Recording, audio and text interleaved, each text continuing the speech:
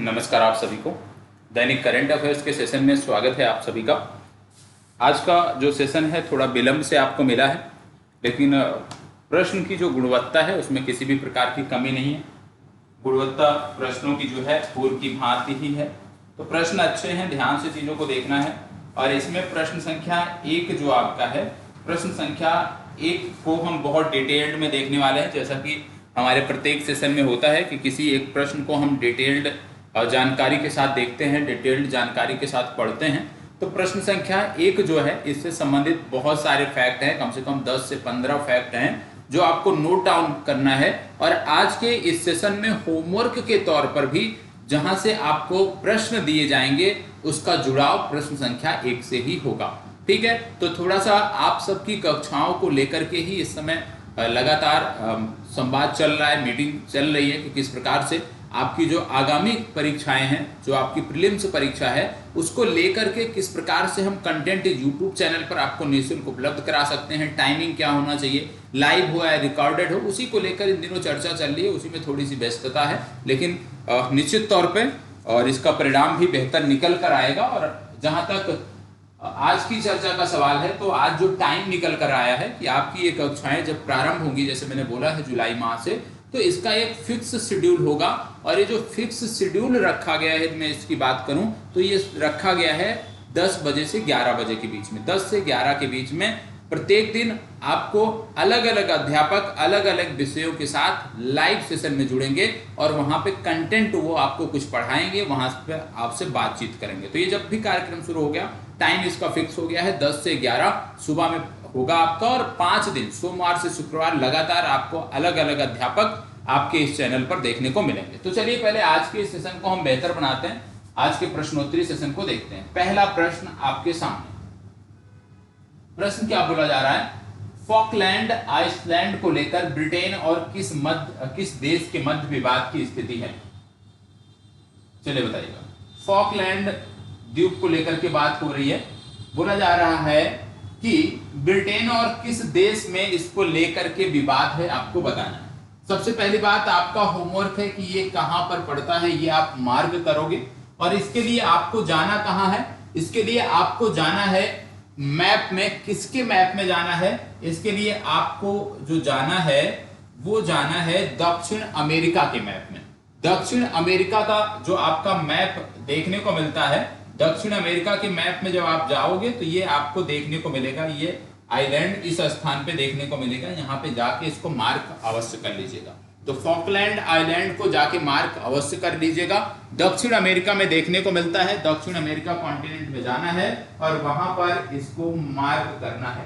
ठीक है, अब कुछ चीजें और हम बात कर लेते हैं, जैसे इस प्रश्न को लेकर के कि भाई विवाद किनके बीच है। अब विवाद की यदि हम बात करें तो बोला जा रहा है ब्रिटेन और किस देश के बीच। जैसे मैंने आपको बताया कि इसका संबंध दक्षिण अमेरिका से है, मतलब विवाद की यदि स्थिति है तो भाई दक्षिण अमेरिका के किसी देश से होगी और इसका विवाद है अर्जेंटीना से। ठीक है, बी विकल्प आपका सही उत्तर है। ये विवाद का विषय है ब्रिटेन और अर्जेंटीना के मध्य। इसको जाकर अच्छे से देख लीजिएगा। दक्षिण अटलांटिक महासागर में स्थित यह एक द्वीप है, यह आपको पता होना चाहिए। हमने बात किया अर्जेंटीना की, तो अर्जेंटीना की जब हम बात कर रहे हैं तो एक महिला का नाम आपको याद होना चाहिए, जिनका नाम है Celeste Saulo. Celeste, CELESTE, Saulo, SAULO। Celeste Saulo एक महिला है, अर्जेंटीना की महिला है। इनका नाम आपको याद रखना है। क्यों याद रखना है इनका नाम, क्योंकि एक संगठन है जिसका नाम है विश्व मौसम विज्ञान संगठन। क्या नाम है, विश्व मौसम विज्ञान संगठन, विश्व मौसम विज्ञान संगठन। और ये जो विश्व मौसम विज्ञान संगठन है, याद रखिएगा प्रमुख संगठन है। विश्व मौसम विज्ञान जो संगठन है, इसकी ये पहली महिला महासचिव बनी है। तो सेलेस्टे साउलो क्या है, ये विश्व मौसम विज्ञान संस्थान जो है उसकी पहली महिला, याद रखिएगा, उसके इतिहास की पहली महिला महासचिव बनी है, इसलिए इनका नाम आपको याद रखना है। इसके साथ साथ आपको बता दें कि इस संगठन में 4 नए उपाध्यक्ष भी चुने गए हैं और इन उपाध्यक्षों में एक भारत के हैं और इनका नाम और भी महत्वपूर्ण आपके लिए हो जाता है। इनका नाम नोट कर लीजिएगा, मृत्युंजय महापात्रा। क्या नाम है? मृत्युंजय महापात्रा। और मृत्युंजय महापात्रा ये नाम यदि आपने नहीं सुना है तो आज याद कर लीजिएगा कि मृत्युंजय महापात्रा को क्या बोला जाता है? इनको बोला जाता है, याद रख लीजिएगा, इसको नोट कर लीजिएगा, साइक्लोन मैन ऑफ इंडिया। क्या बोला जाता है इनको? इनको बोला जाता है साइक्लोन मैन ऑफ इंडिया। इसको भी आपको नोट डाउन कर लेना है। मृत्युंजय महापात्रा भारत का साइक्लोन मैन इनको कहा जाता है। तो मृत्युंजय महापात्रा क्या बनाए गए हैं? विश्व मौसम विज्ञान संगठन में उपाध्यक्ष बनाए गए हैं। इनको भी यहीं पर याद रखने की जरूरत है। इसके साथ साथ जैसे मैंने बोला कि भाई ये साइक्लोन मैन ऑफ इंडिया है मृत्युंजय महापात्रा, तो क्या आप बता सकते हैं कि वर्ष 2023 में क्या अभी कोई साइक्लोन हिंद महासागर रीजन क्षेत्र में आया है? क्या कोई साइक्लोन आया है वर्ष 2023 में? तो याद रखिएगा, एक साइक्लोन का नाम आपको याद रखना है जो आया था मोखा नामक। क्या नाम था इसका? इसका नाम था मोखा। और मोखा नामक साइक्लोन अभी तक आया है। अगला साइक्लोन यदि पूछ लिया जाए कि साइक्लोन का नाम किसने रखा, मोखा, इस साइक्लोन का नाम किसने दिया था, तो याद रखिएगा मोखा ये जो नाम दिया गया था, ये दिया गया था किसके द्वारा? ये दिया गया था एमन के द्वारा। मोखा नाम किसने दिया था? एमन ने मोखा नाम दिया था। अगला जो साइक्लोन आएगा इस रीजन में उसका नाम क्या होगा? अगला जो साइक्लोन इस रीजन में आएगा उसका नाम क्या होगा? यदि किसी को पता है तो बहुत अच्छी बात है, नहीं पता है तो नोट कर लीजिएगा, बिपरजॉय। क्या नाम होगा इसका? बिपरजॉय। अगला जो साइक्लोन आएगा इस रीजन में उसका नाम होगा बिपरजॉय। और बिपरजॉय जो ये नाम दिया है किस देश ने दिया है? तो ये देश है बांग्लादेश। ठीक है, बांग्लादेश ने ये नाम दिया है बिपरजॉय, जो कि अगला साइक्लोन इस रीजन में आएगा। इसके बाद मान लीजिए बिपरजॉय भी आ गया, इसके बाद यदि कोई साइक्लोन आता है तो उसका क्या नाम होगा? उसका नाम होगा तेज। क्या नाम होगा? तेज। तेज नाम किसने दिया है? भारत ने दिया है। मैं इसके साथ साथ अगले 10 से 15 नाम भी बता सकता हूं, लेकिन वो उतने महत्वपूर्ण अभी आपकी परीक्षा के लिए नहीं रहेंगे। ठीक है, तो अभी इतना याद रख लीजिएगा, तेज तक आप याद रख लीजिए। बिपरजॉय अगला होगा और बिपरजॉय के बाद जो आएगा वो तेज होगा। इतना आपको याद रख लेना है अभी के लिए। ठीक है, जब हमने देखा भाई अर्जेंटीना से संबंधित महिला के बारे में, तो क्या अर्जेंटीना से संबंधित किसी और व्यक्ति के बारे में हमें अभी जानकारी रखना जरूरी है? क्या कोई ऐसा व्यक्ति है जो अंतरराष्ट्रीय संदर्भों में अर्जेंटीना का और चर्चा में है इन दिनों? यदि किसी को पता है तो जरूर कमेंट बॉक्स में बताइएगा। नहीं पता है तो इनका नाम नोट कर लीजिएगा, लुइस कैफेरली।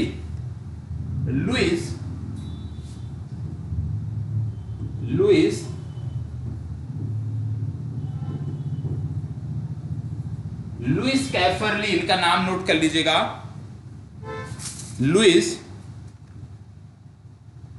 लुइस कैफरली।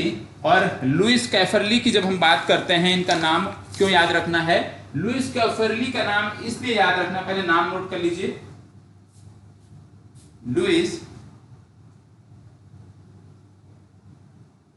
लुइस कैफरली का नाम इसलिए याद रखना है क्योंकि एक पुरस्कार है जिसका नाम है एबल प्राइज। एबल प्राइज क्यों याद रखना है? एबल प्राइज को बोलते हैं गणित का नोबेल। क्या बोलते हैं? गणित का नोबेल। और गणित का ये जो नोबेल है ये वर्ष 2023 के लिए किसको मिला है? लुइस कैफरली को मिला है, याद रखिएगा। और लुइस कैफरली भी अर्जेंटीना से संबंधित व्यक्ति हैं। लुइस की स्पेलिंग LUIS, कैफरली का CAFFARELLI। जिन्होंने नहीं नोट किया था नोट कर लीजिएगा। तो इनका भी नाम आपको याद रखना है। क्या अर्जेंटीना के किसी और व्यक्ति का नाम आपको याद आ रहा है? याद आना चाहिए, मशहूर फुटबॉल खिलाड़ी। क्या नाम है? Lionel Messi. लियोनेल मेसी का संबंध कहां से है?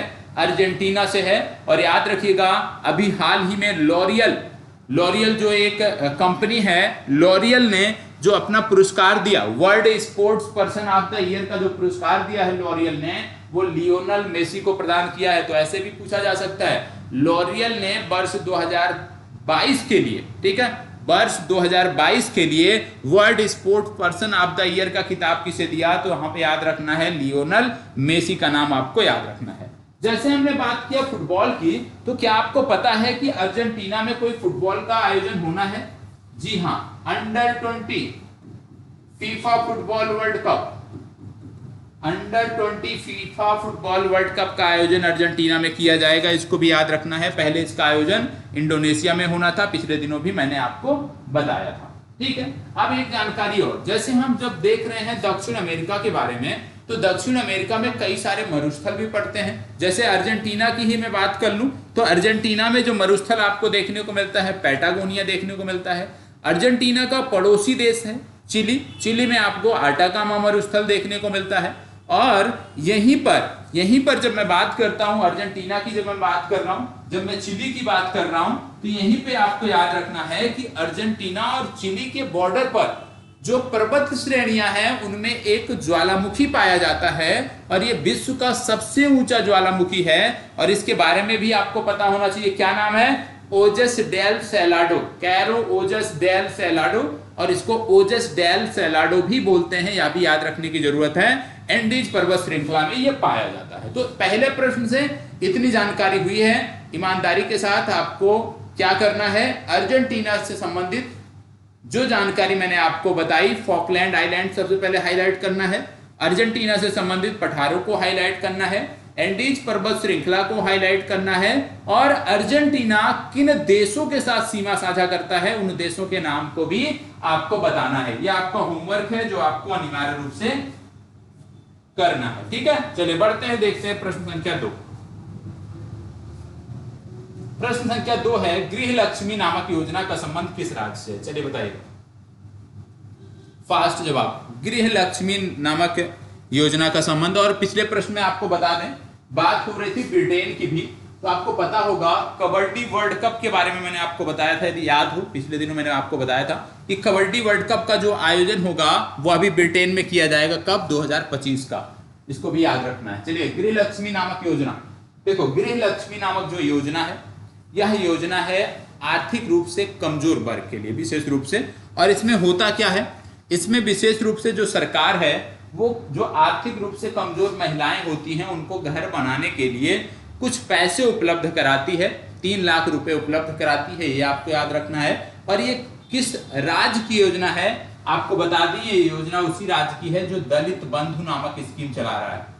दलित बंधु नामक स्कीम भी यही राज्य चला रहा है। और दलित बंधु नामक स्कीम की जब बात करते हैं तो याद रखिएगा इसमें क्या होता है, इसमें दलित समाज के जो बच्चे होते हैं उनको अपना व्यवसाय प्रारंभ करने के लिए ये राज्य सरकार 10 लाख रुपए की कोलेटरल फ्री सहायता उपलब्ध कराती है। कितने की? 10 लाख रुपए की कोलेटरल फ्री सहायता उपलब्ध कराती है, यह भी आपको याद रखने की जरूरत है। बात किसकी हो रही है? बात यहाँ पे हो रही है रामप्पा मंदिर वाले राज्य की। और रामप्पा मंदिर जो यूनेस्को विश्व विरासत स्थल है, ये कहां से संबंधित है? तेलंगाना से, मतलब डी विकल्प इसका सही उत्तर होगा। चलिए बढ़ते हैं आगे। विश्व साइकिल दिवस किस तिथि को मनाया जाता है? चलिए बताइए, विश्व साइकिल दिवस किस तिथि को मनाया जाता है? फास्ट जवाब दीजिएगा। विश्व साइकिल दिवस किस तिथि को मनाया जाता है? 3 जून, 4 जून, 5 जून या 6 जून? देखो, विश्व साइकिल दिवस की बात करते हैं, इसको हम प्रत्येक वर्ष 3 जून को मनाते हैं, तो ये विकल्प सही उत्तर है। ठीक है, चलिए आगे बढ़ते हैं। प्रश्न संख्या 4 क्या कह रहा है? Initiative on 21st century trade नामक समझौता अमेरिका ने किस देश के साथ किया है? बहुत ही महत्वपूर्ण है क्योंकि लगातार ये रीजन चर्चा में है और ये देश चर्चा में है, तो ये आपको पता होना चाहिए। क्या बोला जा रहा है? Initiative on 21st century trade नामक समझौता अमेरिका ने किस देश के साथ किया है? भारत, पाकिस्तान, दक्षिण कोरिया, ताइवान, 4 देश हैं, इनमें से आपको बताना है। चले, इन 4 देशों में से आपको बताना है। याद रखिएगा ये समझौता हुआ है ताइवान के साथ। ठीक है, चलिए आगे बढ़ते हैं। हाल ही में एक वैश्विक संगठन का प्रमुख बनाए जाने से चर्चा में रहे डेनिस फ्रांसिस का संबंध किस देश से है? डेनिस फ्रांसिस बहुत महत्वपूर्ण नाम है, याद रखिएगा डेनिस फ्रांसिस के बारे में। किस संगठन के ये प्रमुख बनाए गए हैं वो मैं अभी बताता हूं, लेकिन तब तक यदि आपने पढ़ा है इनके बारे में कुछ तो जरूर बताइएगा कि इनका संबंध किस देश से है। इनका संबंध किस देश से है आपको बताना है। बाकी और अतिरिक्त जानकारी मैं आपको बताता हूं, लेकिन आप अभी बताइएगा कि इनका संबंध किस देश से है। चलिए, आपने सुना होगा संयुक्त राष्ट्र महासभा, यूनाइटेड नेशन जनरल असेंबली के बारे में आपने सुना होगा। तो ये संबंधित हैं यूनाइटेड नेशन जनरल असेंबली से, संयुक्त राष्ट्र महासभा से संबंधित हैं ये, और संयुक्त राष्ट्र महासभा के प्रमुख बनाए गए हैं। संबंधित कहां से हैं? त्रिनिदाद एंड टोबैको से ये संबंधित हैं। ए विकल्प सही उत्तर, इसको बताइए। हाल ही में नई लिबरेशन वार गैलरी 1971 का उद्घाटन किस शहर में किया गया? चलिए बताइए। हाल ही में नई लिबरेशन वार गैलरी 1971 का उद्घाटन किस शहर में किया गया? नई लिबरेशन वार गैलरी। अब यदि आप स्पष्ट होंगे कि बात हो रही नई लिबरेशन वार गैलरी, मतलब इसका संबंध कहां से है? इसका संबंध है बांग्लादेश से, क्योंकि बांग्लादेश, इस वार के बाद बांग्लादेश का जन्म हुआ था, ठीक है। और फादर ऑफ बांग्लादेश के नाम से जानते हैं आप शेख मुजीबुर रहमान जाने जाते हैं। शेख मुजीबुर रहमान, और शेख मुजीबुर रहमान को बोला जाता है फादर ऑफ बांग्लादेश। और इनकी बेटी है जिनका नाम है शेख हसीना, शेख हसीना, जो वर्तमान समय में प्रधानमंत्री हैं बांग्लादेश की। और इनकी पार्टी का नाम है अवामी लीग, अवामी लीग इनकी पार्टी का नाम है। और यूनाइटेड नेशन ने पिछले वर्ष शेख मुजीबुर रहमान के नाम पर एक पुरस्कार शुरू किया था, जिसका नाम था शेख मुजीबुर रहमान पुरस्कार। किसके लिए? फॉर रचनात्मक अर्थव्यवस्था। वह भी आपको याद रखने की जरूरत है। अब यहाँ पे बात हो रही है कि ये कहां पे उद्घाटन किया गया, तो इसका उद्घाटन ढाका में किया गया, जो कि बांग्लादेश की राजधानी है। चलिए आगे बढ़ते हैं। आसियान समिट 2024 का आयोजन कहां किया जाएगा? आसियान समिट 2024 का आयोजन कहां किया जाएगा? चलिए बताइएगा। आसियान समिट 2024 का आयोजन कहां किया जाएगा? लाओस, वियतनाम, थाईलैंड और भारत। यहां से भी मैं आपको होमवर्क कुछ दूंगा। होमवर्क क्या है? सबसे पहले हम वियतनाम के साथ कौन सा सैन्य अभ्यास करते हैं, हम थाईलैंड के साथ कौन सा सैन्य अभ्यास करते हैं, ये दो आपको कमेंट बॉक्स में और टेलीग्राम ग्रुप पर होमवर्क शेयर करना है। अब बोला जा रहा है आसियान समिट 2024, वर्ष जरूर याद रखिएगा। आसियान समिट 2024 की बात हो रही है, तो याद रखिएगा आसियान समिट वर्ष 2024 का आयोजन होगा लाओस में। कहां पे होगा? लाओस। यदि आपसे पूछ ले कि 2023 का आयोजन कहां पे, तो याद रखना है इंडोनेशिया। 2023 का संबंध है इंडोनेशिया, 2024 का संबंध है लाओस। ठीक है, चलिए आगे बढ़ते हैं। चलिए अब यहां से कुछ पुराने प्रश्न हैं।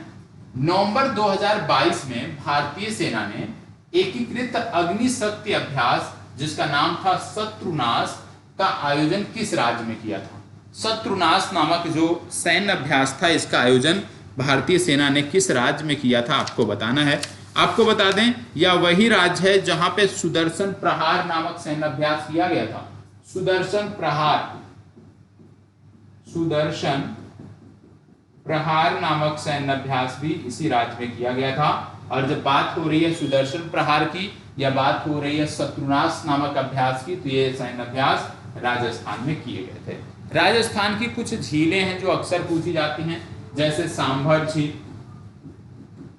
ठीक है, डेंगना झील, पंचमुद्रा, देवार। ये कुछ झीलें हैं जो पूछी जाती हैं लगातार और आपको पता होना चाहिए। ठीक है, डेंगना, पंचमुद्रा, डेवार, ये सब झीलें आपको पता होनी चाहिए। आगे बढ़ते हैं। हाल ही में चर्चा में रहे जहाज जिसका नाम है INS अरनाला, कहीं कहीं ऐसे लिखा होता है, बात एक ही है। ठीक, INS अरनाला का निर्माण किस संस्था द्वारा किया गया? चलिए बताइएगा। INS अर्नाला का निर्माण किस संस्था द्वारा किया गया है?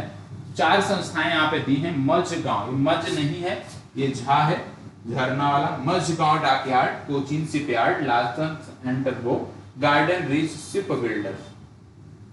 Builders Limited. तो याद रखिएगा इसका सही उत्तर है L&T, लार्सन एंड टर्बो। आगे बढ़ते हैं, इसको बताइएगा। बांग्लादेश द्वारा आयोजित पहली अंतरराष्ट्रीय फ्लीट रिव्यू में भारतीय नौसेना के किस जहाज ने भाग नहीं लिया? ध्यान दीजिएगा, किस जहाज ने भाग नहीं लिया ये आपको बताना है। पहली अंतरराष्ट्रीय फ्लीट रिव्यू थी, वर्ष 2022 में संपन्न हुई थी। ठीक है, आपको बताना है कि इनमें से किस जहाज ने भाग नहीं लिया। चलिए बताइएगा। INS Kochi, INS Kavaratti, INS Sumedha या INS त्रिकुट? इसका सही उत्तर है INS त्रिकुट, डी विकल्प इसका सही उत्तर है। बाकी इन तीनों जहाजों ने जो है इसमें भाग लिया था। ठीक है, इस तरह के प्रश्न पूछे जाते हैं। जैसे कोई ऑपरेशन हमारा होता है तो उस ऑपरेशन से संबंधित भी प्रश्न पूछ लिया जाता है। बचाव एवं राहत कार्य भी होते हैं तो उससे संबंधित भी प्रश्न पूछे जाते हैं। इसको बताओ। हाल ही में BPCL, याद रखिएगा, भारत पेट्रोलियम कॉर्पोरेशन लिमिटेड, हाल ही में BPCL ने भारत के किस राज्य से भारतीय सेना के लिए लो स्मोक सुपीरियर केरोसिन तेल लॉन्च करने की घोषणा की है? चलिए बताइएगा, फास्ट जवाब दीजिएगा।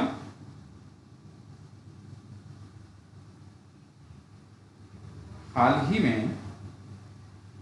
BPCL ने भारत के किस राज्य से भारतीय सेना के लिए लो स्मोक सुपीरियर केरोसिन तेल लॉन्च करने की घोषणा की है? 4 विकल्प हैं, आपको बताना। ये प्रश्न, इसका जवाब है जम्मू कश्मीर, क्योंकि ये घोषणा भारत पेट्रोलियम कॉर्पोरेशन लिमिटेड ने जम्मू कश्मीर से की थी। आज का अंतिम प्रश्न, हाल ही में चर्चा में रही स्प्रिंट योजना का संबंध किससे है? स्प्रिंट योजना क्या है? स्प्रिंट योजना का संबंध निम्नलिखित में से किस संस्था से है, आपको बताना है। 4 संस्थाएं दी हैं, भारतीय वायुसेना, नौसेना, थल सेना या DRDO। देखो, स्प्रिंट योजना में क्या है? स्प्रिंट योजना के अंतर्गत स्वायत्त जो हथियार युक्त नाव होंगी, स्वायत्त हथियार युक्त जो नाव होंगी वो संबंधित संस्था को प्रदान की जाएंगी। और इन नाव का एक नाम रखा गया है जिसका नाम है स्वार्म। क्या नाम रखा गया है? स्वार्म नाम रखा गया है, याद रखिएगा। और जैसे ही मैंने बोला नाव, तो नाव का संबंध किससे होगा? भारतीय जल सेना से होगा। तो स्वार्म की बात हो रही है। स्वार्म नामक जो नौकाएं होंगी वो भारतीय नौसेना को प्रदान की जाएंगी स्प्रिंट योजना के अंतर्गत। और इसका सही जवाब क्या हो जाएगा? भारतीय नौसेना। तो स्प्रिंट योजना के लिए क्या याद रखना है कि इसमें स्वायत्त हथियार युक्त नाव जो होंगी वो भारतीय नौसेना को प्रदान की जाएंगी। और इसका नाम क्या होगा? इसका नाम होगा स्वार्म। इसको बताइए। यहाँ पे मैं बता देता हूं, प्रश्न में त्रुटि है, क्या करें, समझाते समझाते टाइपिस्ट को कई बार बताया जाता है कि एक बार मैडम पढ़ लिया करें, नहीं पढ़ते हैं। यह है AK-203। ठीक है, भारत के किस राज्य में भारत और रूस मिलकर संयुक्त रूप से जो असाल्ट राइफलें होती हैं उनका उत्पादन कर रहे हैं? असाल्ट राइफलों शब्द भी गलत लिखा है, कोई बात नहीं। संयुक्त रूप से भारत और रूस किस राज्य में असाल्ट AK-203 राइफल का उत्पादन कर रहे हैं, ये आपको बताना है। बहुत ही महत्वपूर्ण प्रश्न है। ठीक है, आप जानते हैं डिफेंस कॉरिडोर भी भारत में बन रहा है। यहां से आपको यह भी बताना है कि भारत में जो डिफेंस जो कॉरिडोर बन रहा है उसका संबंध किस राज्य से, भारत के किन राज्यों में डिफेंस कॉरिडोर बन रहा है, क्योंकि ये डिफेंस से संबंधित प्रश्न है। यह भी आपको जानना जरूरी है कि भारत के कौन कौन से राज्य हैं जहां पे डिफेंस कॉरिडोर बन रहा है, यह भी आपको बताना है। और यह भी बताना है कि असाल्ट जो राइफल्स हैं जिनको AK-203 आप कहते हो, तो ये किस राज्य में बनाए जा रहे हैं। ठीक है, तो ये आज की जो सीरीज थी यहीं पे समाप्त होती है। जो वे अभ्यास प्रश्न है उसका जवाब आपको देना है। साथ ही साथ जो आपको कुछ होमवर्क दिए गए, जैसे पहले प्रश्न में दिया गया फिर दूसरे या तीसरे प्रश्न में दिया गया, और अभी कुछ आपको होमवर्क दिया गया। ये सभी कंप्लीट करके टेलीग्राम ग्रुप पर और वीडियो के कमेंट बॉक्स में शेयर करना है। टेलीग्राम ग्रुप पर विशेष रूप से जो अर्जेंटीना से संबंधित मैप ओरिएंटेड होमवर्क दिया है उसको कंप्लीट करके शेयर करना है, ठीक है। और इस चर्चा को यहीं पे विराम देते हैं, मिलते हैं कल के सेशन में। तब तक इसी प्रकार हमारे साथ बने रहें।